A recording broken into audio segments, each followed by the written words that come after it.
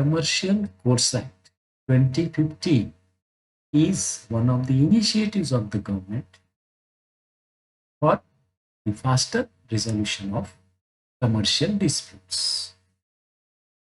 Hello everyone. Today's discussion is about the Commercial Courts Act 2015. We are going to see the important provisions. आज हम important provisions की बात करेंगे. Commercial code, जैसा कि नाम इसका है कमर्शियल कोड्स एक्ट, इसके ऊपर से इसका अंदाजा आ सकता है कि ये कोड जो है, ये जो एक्ट है, ये कमर्शियल ट्रांजैक्शंस रिलेटेड से रहेगा. सो कमर्शियल डिस्प्यूट से रिलेटेड है ये एक्ट. का मकसद जो है वो देखते हैं हम लोग. ये एक्ट कब आया था? ये एक्ट आया 23 अक्टूबर 2015 को. ये इसके ऊपर भी कुछ क्वेश्चंस आ सकते हैं. कुछ जो CS एग्जीक्यूटिव की एग्जाम है उसके लिए शॉर्ट नोट पे भी कमर्शियल एक्ट 2015 के ऊपर शॉर्ट नोट आ सकती है. इसी तरह से प्री इंस्टीट्यूशन मीडिएशन के ऊपर भी क्वेश्चन आ सकता है. आज हम बात करेंगे.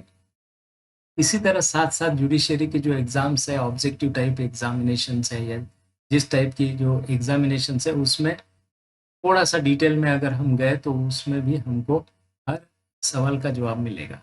तो आज हम उसी उद्देश्य को ध्यान में रख के आगे बढ़ते हैं.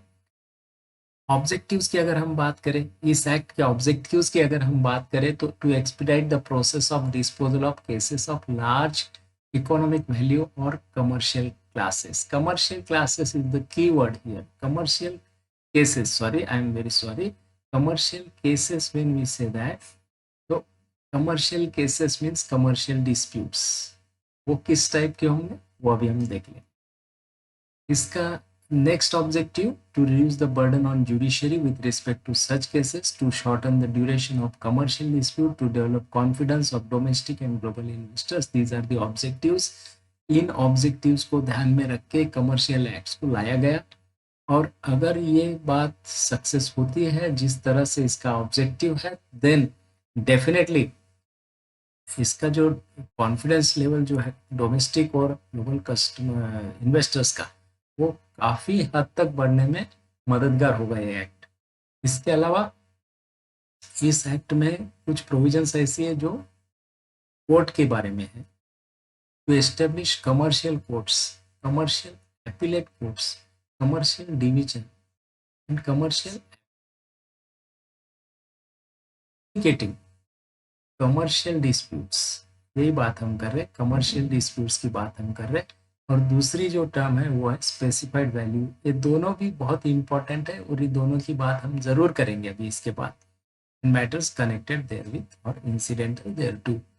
तो अभी हमने देखा ऑब्जेक्टिव्स. ऑब्जेक्टिव्स में जो भी हमने देखा कि ये एक्ट का पर्पस ये है ताकि जो केसेस सिविल कोर्ट में है, तो बहुत सारी केसेस कमर्शियल डिस्प्यूट की भी केसेस अगर सिविल कोर्ट में है, सिविल केसेस के तौर पर अगर उनको ट्रीट किया गया, तो large number of commercial disputes will be lying there और वो डिसीजन के लिए पेंडिंग रहेंगे. इसीलिए टू एक्सपीडाइट दैट, ताकि जो कमर्शियल वैल्यू है, जो कमर्शियल डिस्प्यूट्स रिजोल्यूशन है, उससे जो बेनिफिट है उसके, वो है कि अगर कमर्शियल डिस्प्यूट रिजॉल्व होता है तो जो अमाउंट, जो भी उसके जो फैक्टर है, जो अमाउंट का फैक्टर उसमें है, वो सबके लिए फायदेमंद होता है, सबको उसका बेनिफिट मिले.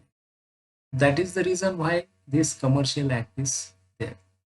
अभी हम बात करते हैं, आगे बढ़ते हैं. कमर्शियल डिस्प्यूट की डेफिनेशन अगर सेक्शन 2(1)(c) में डिफाइन किया है, कॉम्प्रिहेंसिव डेफिनेशन है. It means a dispute arising out of. अभी बहुत सारे 21 टाइप के ट्रांजेक्शन है और वो सभी कमर्शियल है, बट ये कॉम्प्रिहेंसिव होने से ये एक लिस्ट. इसके अलावा भी government, central government can notify है. तो अभी हम देखेंगे ऑर्डिनरी ट्रांजेक्शन ऑफ मर्चेंट्स है, और import of merchandise or services, issues relating to admiralty and maritime law, transaction relating to aircraft engines, carriage of goods, construction and infrastructure, franchising agreements, distribution and licensing agreements, management and consultancy services, joint venture, shareholders, partnership agreements are there, agencies agreements are there, technology development agreements, IPR related agreements, agreement for sale of goods, insurance reinsurance agency related and such other commercial dispute. तो इसको हम कहेंगे commercial disputes. तो अगर हमने 21 categories देख लिए तो नॉट नेसेसरी 21 होगी, 22nd में जो गवर्नमेंट को जो पावर है, government can notify further this thing, but we have to go through all these things for the purpose of if some question comes that if some other than this which is not at all commercial activity, commercial dispute, वो नहीं होगा, इसके लिए भी कोई question आ सकता है whether that comes under commercial dispute। अभी कॉन्स्टिट्यूशन की बात करते हैं। कमर्शियल कोड का कॉन्स्टिट्यूशन जो है सेक्शन 3 में है। 3, 4, 5, 6 किस तरह के हैं ये हम देखेंगे सेक्शन वाइज। सबसे पहले तो कमर्शियल कोड का जो कॉन्स्टिट्यूशन है वो डिस्ट्रिक्ट लेवल पे रहेगा। Commercial court at district level, government constitute करती है commercial courts at district level. क्यों करेगी? To exercise jurisdiction and powers conferred on those courts under this act. इसके बाद कमर्शियल कोर्ट्स की ही बात है, बट कौन से कोर्ट की बात है? कमर्शियल कोर्ट है डिस्ट्रिक्ट जज लेवल, जहां पे ऑर्डिनरी ओरिजिनल सिविल जुरिडिक्शन है उन हाईकोर्ट के बारे में। 5 हाईकोर्ट्स है इंडिया में, बॉम्बे, दिल्ली, कलकत्ता, मद्रास एंड हिमाचल प्रदेश, जिनके पास ऑर्डिनरी ओरिजिनल सिविल जुरिडिक्शन है। वहां के लिए स्टेट गवर्नमेंट क्या करेगी? डिस्ट्रिक्ट जज लेवल पे कमर्शियल कोर्ट स्टैब्लिश करेगी। एंड देन स्टेट गवर्नमेंट क्या कर सकती है? Specify pecuniary value which shall not be less than 3 lakh rupees और such higher value, extend, alter और reduce the jurisdiction of such court within local limits. अभी हम बात करेंगे commercial appellate tribunal, commercial appellate court की। हमने देखा commercial court district level पे है, डिस्ट्रिक्ट लेवल पे जो जहाँ पे ऑर्डिनरी ओरिजिनल सिविल जुरिस्डिक्शन नहीं है वहाँ डिस्ट्रिक्ट लेवल पे, और जहाँ पे ऑर्डिनरी ओरिजिनल सिविल जुरिस्डिक्शन है वहाँ पे डिस्ट्रिक्ट जज लेवल पे। अभी हम बात करेंगे कमर्शियल एपिलेट कोर्ट की। सेक्शन 3A में मेंशन किया है द स्टेट गवर्नमेंट क्या कर सकती है? After consultation with the concern high court designate such number of commercial appellate courts at district judge level as it may deem necessary with a view to exercise the jurisdiction and powers conferred on those courts। यहाँ पे बात हो रही है फिर से उन courts के अलावा except the territories over which the high courts have ordinary original civil jurisdiction. यानी फर्स्ट कैटेगरी में जहाँ पे ये ऑर्डिनरी ओरिजिनल सिविल जुरिस्डिक्शन नहीं है, उन कमर्शियल कोर्ट्स के लिए जो डिस्ट्रिक्ट लेवल पे जो कोर्ट है उनका जो एपिलेट अथॉरिटी वो है कमर्शियल एपिलेट। तो अभी कमर्शियल कोर्ट का अपील जो जाएगा वो है CSC, कमर्शियल एपिलेट कोर्ट के लिए एट डिस्ट्रिक्ट जज लेवल। नाउ ये बात क्लियर हो गई, बिकॉज डिस्ट्रिक्ट लेवल पे एक कोर्ट है, उसके उसके जो एपिलेट अथॉरिटी वो है commercial appellate court. Commercial court की एपिलेट अथॉरिटी हो गई कमर्शियल एपिलेट। अभी जहाँ पे ऑर्डिनरी ओरिजिनल सिविल जुरिस्डिक्शन है in respect of high courts having ordinary original civil jurisdiction, the chief justice of high court may by order constitute commercial division. यहाँ पे होगा commercial division having one or more benches of a single judge। ये हो गया commercial division, जहाँ पे ordinary original civil jurisdiction है वहाँ पे the chief justice of the high court may by order constitute commercial division of high court. Then constitution of commercial appellate division. State government में after issuing notification जो कि commercial court का है under section 4(1) जो कि commercial division का है, The Chief Justice of the concerned High Court shall by order constitute commercial appellate division having one or more division benches with a view to exercise jurisdiction powers conferred on it. तो अभी हम क्या देख रहे हैं, commercial appellate division हमने देखा, commercial court, then we have seen commercial appellate court, now we have seen commercial division and commercial appellate division. जहां तक बात हो रही है वो हो रही है कमर्शियल डिवीजन और कमर्शियल एपिलेट डिवीजन की। अभी जुरिस्डिक्शन की अगर हम बात करें तो कमर्शियल कोर्ट जो है, जो अपॉइंट हुए हैं, shall have jurisdiction to try all suits and applications relating to commercial disputes of a specified value। इसकी हम बात करेंगे, स्पेसिफाइड वैल्यू की बात हम करेंगे अभी, arising out of the entire territory of state over which it has been vested territorial jurisdiction। ये तो सही है। कमर्शियल कोर्ट का jurisdiction सेक्शन 6 में दिया है, jurisdiction of commercial division of high courts, all suits and applications relating to commercial disputes of a specified value filed in high court having ordinary original civil jurisdiction shall be heard and disposed of by commercial division of that। Commercial division की बात हम कर रहे थे, जहाँ पे ordinary original civil jurisdiction है वहाँ वो अपील होगा। Commercial jurisdiction of commercial division जो है वो कौन से मैटर लेगा, वो लेगा commercial disputes of specified filed in high court having ordinary original civil jurisdiction. मतलब 5 हाईकोर्ट में जो होगा वो उनके लिए ये अप्लाई करता है section 7। Bar against revision application और petition against interlocutory of application, section 8 कहता है, this section provides that civil revision application और petition shall not be entertain against any interlocutory order of a commercial court including an order on the issue of jurisdiction in respect of arbitration matters। अभी arbitration पे आते हैं। arbitration की अगर हम बात करें तो in the matter of international commercial arbitration pertaining to arbitration by and conciliation act 1996 that have been filed in a high court, अगर हाई कोर्ट में फाइल हो चुका है तो such matters shall be heard by the commercial division।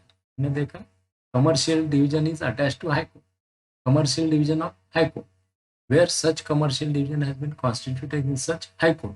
तो international commercial arbitration जो होगा वो कहाँ पे उसका हियरिंग होगा, commercial division में। in the matters of arbitration other than international commercial arbitration, जो international commercial arbitration नहीं है under Arbitration and Conciliation Act 96 that have been filed on the original side of the High Court, matter shall be heard and disposed of again commercial division of such commercial division has been constituted in such High Court।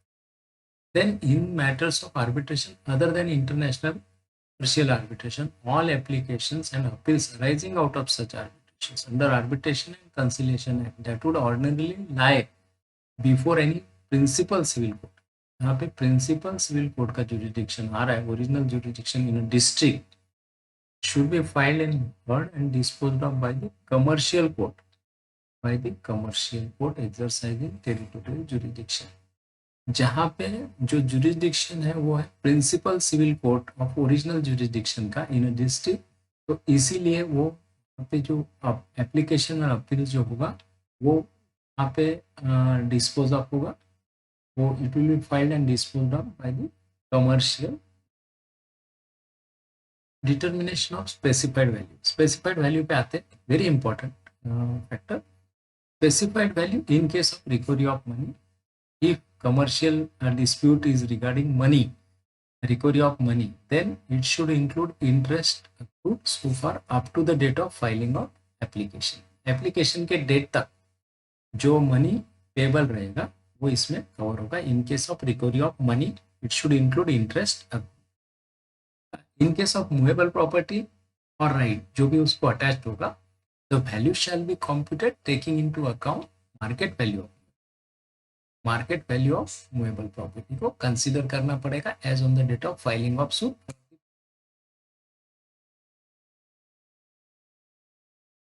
Value हम लोग calculate कर रहे हैं। कैसे compute कर रहे हैं हम लोग?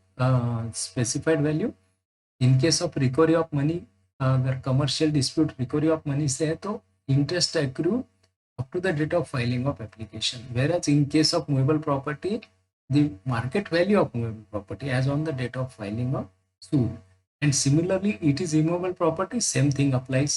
In case of immovable property or right in it, the value shall be computed taking into account the market value of the immovable property as on the date of filing of suit. And in case of other intangible rights, the value shall be computed taking into account estimated market value of such right by plaintiff as on the date of filing. Estimated value की बात यहाँ पे की गई। Pre institution mediation and settlement बहुत important है। The act needs that the act is the act has made mandatory. क्या किया? Mandatory parties to try to settle their issues through mediation before approaching a commercial dispute. पहले उनको यहाँ जाना है, वहाँ पे मीडिएशन के लिए। The suits which do not contemplate any urgent interim relief, जहाँ पे urgent interim relief नहीं चाहिए, वो सभी सूट जो है वो जाएंगे प्री इंस्टीट्यूशन मीडिएशन के लिए। और इसके लिए जो है central government may authorise the authorities constituted under the legal service authorities act for the purpose of pre institution mediation. Pre institution mediation का जो प्रोसेस है वो है it shall be completed within a period of 3 months from the date of application में। It can be extended for a further period of 2 months with the consent of parties. ये हो गया इसका time period के बारे में। Very important. Award and settlement की बात करें तो award and settlement should be in writing and sign by the parties. जो भी मीडिएशन में जो अवार्ड एंड सेटलमेंट होगा वो होगा राइटिंग में होगा और साइन बाय द पार्टीज होगा। और इसको जो रहेगा वो आर्बिट्रल अवार्ड रहेगा under section 30 subsection 4 of the arbitration and conciliation act. इसके बारे में अपील की बात करें तो अपील प्रोविजंस की बात करें तो section 13 provides for appeals. appeals any person aggrieved by the judgment or order of a commercial court shall within 60 days, 60 दिन का लिमिटेशन दिया है, of such judgment or order may file an appeal if he is aggrieved by the judgment of commercial court below the level of district, he may appeal to the commercial appellate। commercial appellate court हमने देखा ही है, because commercial court का appeal जाएगा commercial appellate court। But जो commercial court below the level of district जज है उसके बारे में हम बात। He may appeal to the commercial appellate, whereas if he is aggrieved by the judgment of commercial court at the level of district judge exercising original civil jurisdiction or the commercial division of high court, he may appeal to the commercial appellate division of that high court। ये इसके बारे में। The appellate authorities shall try to dispose of appeal within a period of 6 months from the date of। ये appeal के बारे में। Section 16 is very important again. It provides that commercial division and commercial courts shall follow the provisions of CPC। CPC का जो provision होगा वो follow करेंगे। The provisions of this court stand amended in the manner as specified in the schedule। Schedule देख लेते हैं। Important things amendment देख लेते हैं। Schedule में क्या की गई। Major amendments made to the provisions of Code of Civil Procedure। It amended section 25 with regard to institution of suit, 35 with regard to cost, so 35A with regard to compensatory cost, amended order 5 for issuance and service of summons। इसके बारे में बहुत important amendment है। Inserted new order 13A which deals with summary judgment। Then addition of rule 3A under order 6 regarding forms of pleadings in commercial cases। Order 11 is replaced regarding disclosure, discovery and inspection of documents in suit before the commercial division of High Court or commercial court। Examination of witnesses, judgment and time limit is given for the judgment। These are the very important provisions with regard to commercial court। ने बात की है commercial court से related provisions के बारे में। जितनी भी जानकारी पॉसिबल थी वो सभी हमने डिस्कस करी है। अगर कोई बात कोई डिस्कस करनी है या कुछ है तो कमेंट बॉक्स में आप ज़रूर दे सकते हैं। Thank you so much.